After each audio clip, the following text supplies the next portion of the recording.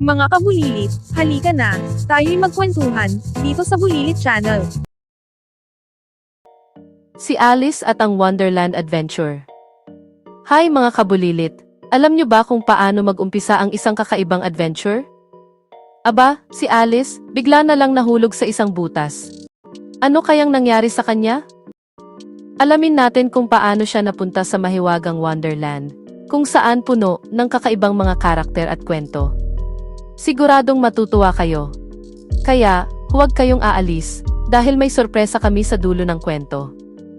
Si Alice, isang masayahin at mapag-usisang bata, ay nakaupo sa ilalim ng puno habang nagbabasa ng libro. Bigla niyang napansin ang isang puting kuneho na may hawak na relo. "Grabe, huli na ako," sabi ng kuneho at mabilis na tumakbo papunta sa isang malaking lungga. Dahil sa sobrang pagkamausisa, sumunod si Alice. Hulaan niyo kung ano ang nangyari. Nahulog siya sa lungga. Pero hindi ito ordinaryong lungga. Habang siya'y bumabagsak, napansin niya ang mga lumilipad na libro, kakaibang gamit, at mga ilaw na parang bituin. "Wow! Parang panaginip!" sabi ni Alice habang dahan-dahang lumapag sa isang kakaibang mundo na puno ng makukulay na halaman at kakaibang mga hayop. Habang naglalakad, hindi mapigilan ni Alice ang mamangha sa bawat nakikita niya. Ang paligid ay puno ng makukulay na halaman na umiilaw at gumagalaw. May mga bulaklak na parang kumakanta, at ang mga puno ay parang bumubulong ng kwento. "Grabe, ang ganda dito, parang panaginip," sabi ni Alice habang masayang tumatakbo papunta sa iba't ibang direksyon. Sa gitna ng kanyang paglalakbay, bigla siyang nakarinig ng isang malutong na tawa. Malakas at nakakaaliw, tila nanggagaling sa lahat ng direksyon. Tumigil siya at napatingin sa paligid, sinubukang hanapin ang pinagmulan ng tawa. Maya-maya, mula sa likod ng isang malaking puno, unti-unting lumitaw ang isang kakaibang pusa na may napakalaking ngiti, si Cheshire Cat. Ang ngiti nito ay tila palaging nakaukit, at ang mga mata nito ay kumikislap ng kalokohan. "Hello Alice," bati nito, sabay kindat habang nagpapakitang parang lumulutang ang katawan. "Mukhang naliligaw ka. Ano ang ginagawa mo dito?" "Hindi ko rin alam," sagot ni Alice habang nagugulumihan. "Bigla na lang akong napadpad dito matapos mahulog sa isang lungga. Ano bang lugar ito?" Ngumiti ang pusa ng mas malaki pa, hanggang ang ngiti nito ay halos sumakop sa buong mukha niya. "Ito ang Wonderland. Siyempre. Isang lugar kung saan imposible ang hindi posible. At kung gusto mong makita ang reyna ng puso, maaari kitang gabayan. Pero teka, gusto mo bang malaman ang sikreto ng lugar na ito?" Tanong ng pusa, habang unti-unting nawawala ang katawan nito, hanggang mukha na lang ang natira, na parang panaginip. "Oo naman," sagot ni Alice, sabik na sabik at may halong kaba. "Susundan mo ako? Pero tandaan mo, hindi lahat ng nakikita mo dito ay kasing bait ko." Babala ng pusa na may malikot na tingin, kasabay ng pagkurap ng isang mata. At bago pa makasagot si Alice, biglang nawala ang pusa, na parang usok na nilipad ng hangin.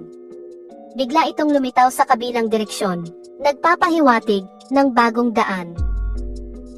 "Halika na, Alice, mabagal ka yata," sigaw ng pusa mula sa dulo ng kakaibang daanan na puno ng umiilaw na mga puno at gumagalaw na mga bulaklak.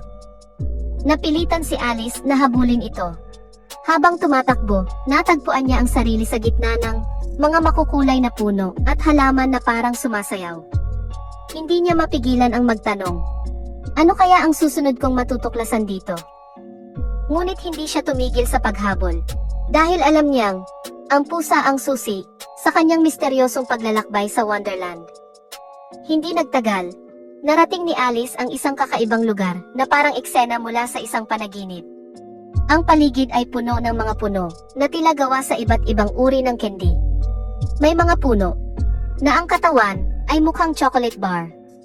Ang mga sanga ay parang licorice. At ang mga dahon ay tila cotton candy na umiilaw sa iba't ibang kulay. Ang lupa ay mukhang tinabunan ng durog na cookies, habang sa hangin ay amoy karamel at prutas na parang hinahaplos ang kanyang ilong. Sa gitna ng lugar na ito, napansin ni Alice ang isang malaking hapagkainan na tila hindi pangkaraniwan. Ang lamesa ay napakahaba, gawa sa parang tinunaw na tsokolate, at puno ito ng mga plato at tasa na lumulutang sa ere. Ang mga pagkain ay kakaiba rin. May mga cake na umiikot sa sarili, mga cupcake na kumikislap na parang bituin, at mga inumin na nagbabago ng kulay habang nasa tasa. Sa bawat galaw ni Alice, tila sinusundan siya ng mga pagkain at inumin na para bang gusto siyang pasayahin. Doon niya napansin ang dalawang nilalang na tila abala sa isang di may paliwanag na kasiyahan. Si Mad Hatter at si March Hare. Ang Mad Hatter ay nakasuot ng sobrang malaking sombrero na punong-puno ng dekorasyon, mga relo, laso, at kahit maliit na tasa. Ang March Hare naman ay mukhang isang kuneho na laging nagmamadali. Pero sa pagkakataong ito ay tila relax na relax habang umiinom ng isang lumulutang na tasa ng tsaa. Halika, halika, huwag kang mahiya. Sigaw ng Mad Hatter habang sinasayaw ang sombrero na parang may sariling buhay. Huwag mong tanggihan ang aming tea party, dagdag naman ni March Hare. Sabay lagok sa isang tasa na biglang lumipad palayo matapos niyang uminom. Tea party? Tanong ni Alice habang naglalakad papalapit. Pero, mukhang hindi naman tsaa ang iniinom niyo. Napansin niyang ang mga tasa ay lumilipad-lipad at tila nagpapalitan ng mga inumin. Mula sa tsaa, naging juice. Pagkatapos ay parang soda na may mga bula. Ah, o nga, sagot ng Mad Hatter. Sabay hagik-hik. Hindi ito ordinaryong tea party, mahal kong Alice. Ito ay Wonderland Tea Party. At dito, lahat ay espesyal. Dagdag ni March Hare, na kumuha ng isang plato ng lumulutang na cookies na biglang nagbago ng hugis, naging starfish, at saka bumalik sa pagiging cookies. Habang nakaupo, sinubukan ni Alice ang isang piraso ng cake na parang umiilaw sa bawat kagat. Wow! Ang sarap! Sabi niya, habang ang mga nilalang ay nagtatawanan at nagkwekwentuhan ng walang tigil. Alam mo, Alice, sabi ng Mad Hatter, ang tunay na sikreto ng Wonderland ay ang kasiyahan. Kapag hindi ka masaya, hindi ka makakakita ng mga ganitong klaseng bagay. Ngumiti si Alice at tumango. Habang tumatagal, pakiramdam niya ay parang isa na siya sa mga kaibigan ng dalawang nakakatawang nilalang na ito. Ang tea party na ito ay puno ng kalokohan, misteryo, at walang katapusang kasiyahan na tila hindi niya kayang iwanan. Grabe, ang saya dito, sabi ni Alice habang tawa ng tawa. Halos hindi na siya makahinga sa kakatawa sa mga kalokohan ni Mad Hatter at March Hare. Alice? Teka, alam mo ba kung paano makakauwi ang isang tao mula dito? Ewan ko po, paano nga po ba? Tanong ni Alice. Biglang nagkaroon ng pag-aalala sa kanyang boses. Ngumisi si March Hare at tumingin sa kanya. Hindi pa siguro panahon para malaman mo yon. Pero huwag kang mag-alala, kasi habang nandito ka, lahat ng kailangan mo ay nariyan lang. Bakit kaya umiikot ang Wonderland? Tanong ng Mad Hatter na parang nalilito rin sa sariling tanong. Minsan, iniisip ko, siguro dahil lahat tayo ay walang direksyon. Pero masaya naman, di ba? Sabay tawa na parang walang problema sa mundo. Nagpatuloy ang kanilang kwentuhan habang patuloy ding nagbabago ang kapaligiran sa paligid nila. Ang mga puno ay biglang nag-iba ng kulay. Mula berde, naging kulay pink at purple. Alam mo, Alice, sabi ni March Hare, habang umiinom mula sa isang tasa na biglang naging fountain ng tsaa. Ang sekreto ng Wonderland ay hindi ka dapat masyadong mag-isip. Kung ano man ang mangyari, importante lang ay masaya ka. Diba, Hatter? Tama, sagot ng Mad Hatter habang sumasayaw sa ibabaw ng lamesa. Basta masaya, walang mali. Ang problema lang ay kapag may nagseryoso masyado. Kaya wag kang seryoso, Alice. Wag na wag! Napatigil si Alice at napangiti. Tama kayo. Baka ang kailangan ko lang gawin ay mag-enjoy. At habang pinagmasdan niya ang mga kaibigan at ang kakaibang kapaligiran ng Wonderland, naisip niya, siguro nga, ang saya ay ang tunay na sikreto ng lugar na ito. Sa puntong iyon, parang lahat ng alinlangan sa kanyang isipan ay nawala. At nagdesisyon siyang sulitin ang bawat saglit sa mahiwagang lugar na ito. Mga kabulilit, na-enjoy niyo ba ang kwento? Ngayon, tanong ko sa inyo. Kung kayo si Alice, sino ang gusto ninyong makilala sa Wonderland? At syempre, huwag kalimutang i-like, i-share, at mag-subscribe sa Bulilit Channel para sa mas marami pang kwento at kasiyahan. Balik tayo sa adventure.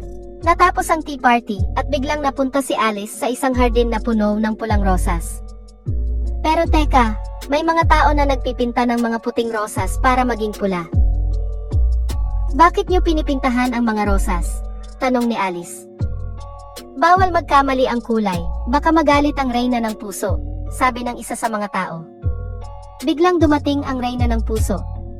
Sino ka, at bakit ka narito? Tanong nito kay Alice. Sa takot, sumagot si Alice. Ako po si Alice. Napadpad lang po ako dito. Maglaro tayo ng croquet, pero hindi basta-bastang laro. Gumagalaw ang mga bola, sabi ng reyna. Mabuti na lang, nanalo si Alice dahil sa tulong ng mga bagong kaibigan niya. Pagkatapos ng laro, biglang lumiwanag ang paligid. Nagising si Alice sa ilalim ng puno.